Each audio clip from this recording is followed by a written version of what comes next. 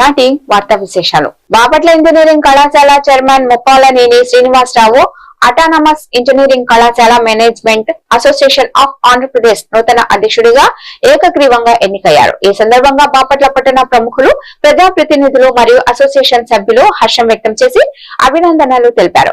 విజయవాడలో జరిగిన autonomous engineering కళాశాల యాజమాన్యాల సమావేశంలో ఈ ఎన్నికలు ఏకగ్రీవంగా నిర్వహించారు. ఈ సందర్భంగా ముప్పాలనేని శ్రీనివాసరావు మాట్లాడుతూ రాష్ట్రంలోని అటానమస్ ఇంజనీరింగ్ కళాశాలల సమస్యల పరిష్కారం కోసం ఒకే ఒక వేదికగా పనిచేస్తామని తెలిపారు.